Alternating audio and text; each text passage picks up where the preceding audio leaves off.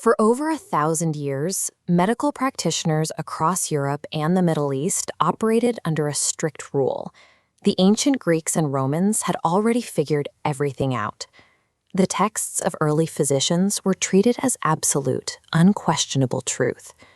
The most revered of these figures was Galen, a 2nd-century Greek physician whose writings on anatomy were considered the gold standard. But there was a massive flaw embedded in his work. Because Roman law forbade the dissection of human corpses, Galen based his entire internal map of the human body on the anatomy of apes and pigs. Without an accurate anatomical map, doctors avoided cutting into people at all costs. Instead, they relied on humorism, a philosophy dictating that human health depended entirely on balancing 4 internal liquids: blood, phlegm, black bile, and yellow bile. Surgery was considered a terrifying, agonizing last resort when balancing these humors failed. By treating ancient philosophical assumptions as the final word on health, medicine trapped itself in a theoretical loop. For a millennium, doctors valued reading ancient texts over examining the physical, empirical evidence of the human body. That rigid reliance on ancient texts finally began to crack in 10th century Andalusia during the height of the Islamic Golden Age. Scholars in this vibrant intellectual hub started actively questioning the Greek and Roman medical doctrines. Leading this charge was a physician named Al-Zahrawi. He adopted a remarkably straightforward philosophy. He decided to stop relying solely on reading old theories and start physically inventing practical solutions to treat his patients. Al-Zahrawi's focus on physical evidence and operative courage provided a template for what we now recognize as modern surgery. Even when ancient texts did describe operations, the doctors reading them often lacked the specific tools and the confidence to actually perform them safely. Al-Zahrawi addressed this gap by compiling Al-Tasrif, an exhaustive 30-volume medical encyclopedia. Instead of advising doctors to avoid complex operations, he provided step-by-step instructions to standardize them. To make those procedures possible, he engineered dozens of new devices. This manuscript page from Al-Tasrif shows highly specific designs he introduced, including specialized saws, forceps, and extractors.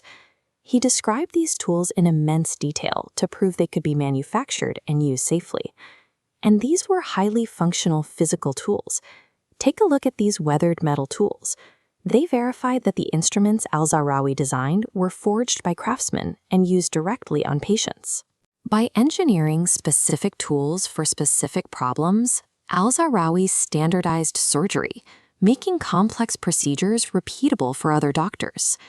Even with precise tools, cutting into a patient presented another deadly problem: closing internal wounds.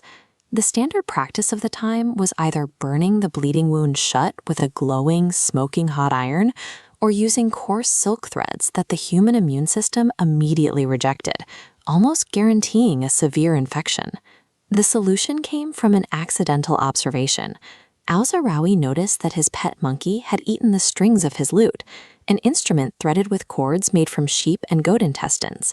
The monkey digested them with absolutely no ill effects. He applied this observation directly to his patients. He began twisting animal intestines into specialized catgut sutures for surgery. It turned out to be the only natural substance strong enough to hold human tissue together, while still allowing the body to safely absorb and dissolve it over time. That single empirical observation solved the massive infection problem of internal stitching. For the first time in history, deep tissue surgeries became a survivable procedure. This culture of physical observation extended well beyond surgical tools. 2 centuries later, a Syrian physician named Ibn al-Nafis applied this exact same rigorous standard to the internal circulatory system. This animated diagram illustrates Galen's flawed logic. It shows how he assumed blood magically passed from the right side of the heart to the left side through invisible pores in the solid center wall, or septum. Ibn al-Nafis used his own physical observations to completely disprove the existence of those pores. He accurately mapped the correct pulmonary loop, showing blood exiting the right ventricle, traveling out to the lungs to mix with air, and then returning to the left side of the heart. By discovering the pulmonary circulation 300 years before European scientists made the same claim, Ibn al-Nafis proved that hard empirical evidence could successfully defeat deeply entrenched assumptions. Scholars like Al-Zahrawi and Ibn al-Nafis actively tested the ancient Greek inheritance, finding its physical flaws and systematically debugging its errors. European medicine eventually relied heavily on this upgraded database. The surgical chapter of Al-Zahrawi's Al-Tasrif was translated into Latin and served as the standard medical textbook in European universities for 500 years. The dissolving stitches, specialized forceps, and precision scalpels keeping patients safe in operating rooms today are the direct descendants of Islamic Golden Age pioneers who finally dared to cut through the dogma.